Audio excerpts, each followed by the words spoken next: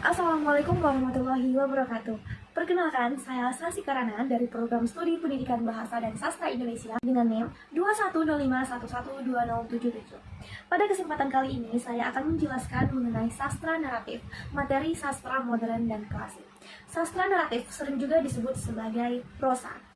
Prosa merupakan suatu karangan dalam bentuk cerita yang ditulis secara bebas. Bebas di sini maksudnya tidak memiliki aturan, seperti tidak terikat oleh baris, tidak terikat oleh paragraf. Nah, sastra naratif ini dapat dibagi menjadi 3 berdasarkan asal pengaruhnya. Yang pertama yaitu asal pengaruh Melayu asli, yang kedua Arab atau Persia, dan ketiga Eropa atau Barat.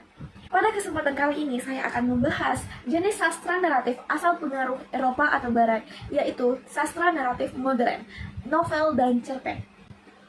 Yang pertama, novel. Novel merupakan karangan prosa yang panjang. Saking panjangnya cerita novel ini, novel berbentuk buku. Cerita yang disuguhkan di dalam novel mengenai kehidupan manusia atau menceritakan kehidupan seseorang dan interaksinya dengan masyarakat sekitar. Selain itu, di dalam novel terdapat konflik untuk dapat membangun ceritanya. Di dalam novel terdapat beberapa tokoh yang menampilkan watak atau karakter yang berbeda-beda. Ciri-ciri novel yang pertama, memiliki plot yang kompleks. Yang kedua, memiliki tema lebih dari satu, yaitu maksudnya ada tema mayor dan ada tema minor. Yang ketiga, memiliki tokoh atau watak yang banyak atau berbagai macam. Berikut merupakan salah satu contoh novel beserta pengarangnya. Yang pertama yaitu novel Bumi Manusia karya Pramudia Anantatur yang terbit pada tahun 1980. Novel ini menceritakan tentang seorang pemuda yang bernama Bingke yang mendapatkan kesempatan untuk sekolah di Belanda. Namun dia juga menggunakan kesempatan itu untuk mencari ibunya yang sudah lama berpisah darinya, dan dia mendengar kalau ibunya itu pergi ke Belanda.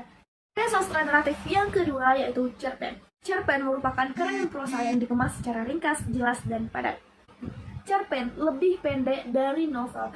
Jika pada novel itu menceritakan tentang kehidupan beberapa tokoh dan memiliki banyak tema, namun pada cerpen hanya memiliki satu tema dan sedikit konflik dan hanya menceritakan tentang satu orang tokoh saja. Cerpen memiliki beberapa fungsi. Fungsi yang pertama yaitu fungsi rekreatif. Fungsi rekreatif yaitu dapat menghibur pembaca. Nah, berikut merupakan ciri-ciri cerpen. Mungkin teman-teman bisa membacanya sendiri.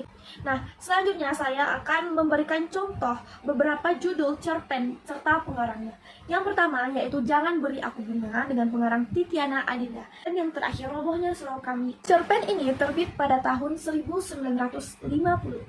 Cerpen ini mengisahkan tentang satu orang tokoh yaitu kakek. Kakek ini tinggal di suatu surau yang hampir runtuh.